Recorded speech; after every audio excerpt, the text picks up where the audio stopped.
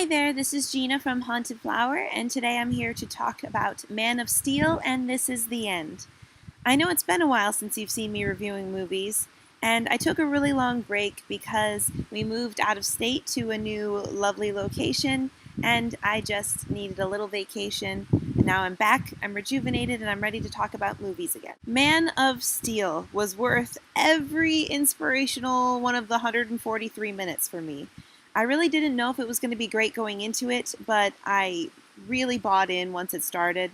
This movie was directed by Zack Snyder and starred Henry Cavill as Superman, and it has Amy Adams as Lois Lane and a bunch of other great characters. Kevin Costner and Diane Lane play his Earth parents, and his Krypton father is played by Russell Crowe, which is pretty fantastic, and his main adversary, General Zod, is played by Michael Shannon. Probably the most extraordinary element of the film are the scenes on Krypton, which get a little crazy with flying creatures and different technology, but I really like how it was explored.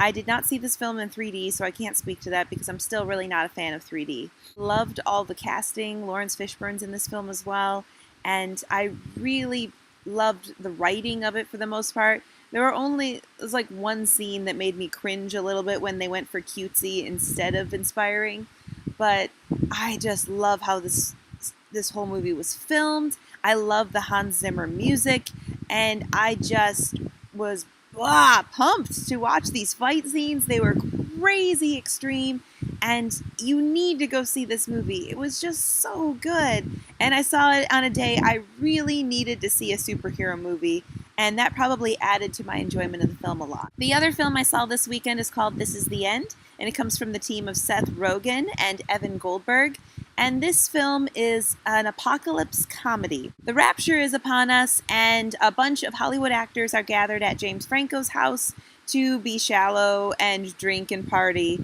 but then people start getting sucked into the sky by blue light, and before you know it, they have to figure out what's going on, and watching these Hollywood actors try to figure out how to survive is hilarious.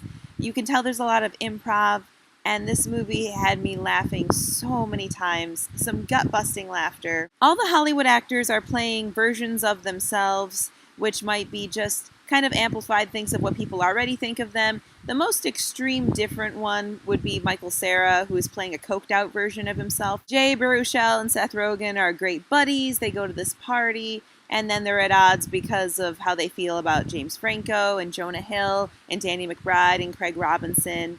Emma Watson's also in this, along with a bunch of other people. The survival instincts of celebrities are questionable, but their antics are hilarious. My favorite scenes go to Danny McBride and Jonah Hill for their contributions to the film, and I just couldn't get enough of those two characters in this reality. And the ending of the film was a big payoff for me because of, as a young girl, me being a fan of a certain band that is featured, and it was really hilarious. But no spoilers from me. I hope you won't just take my word for it and that you will go see both of these films. They are fantastic, and thank you for having faith with me while I try out my new laptop in my new location and see how the lighting and sound work here on the beach. I'm hoping that it works out because I love sitting out here. Thank you for listening to me, and I hope I'll see you next time. Bye.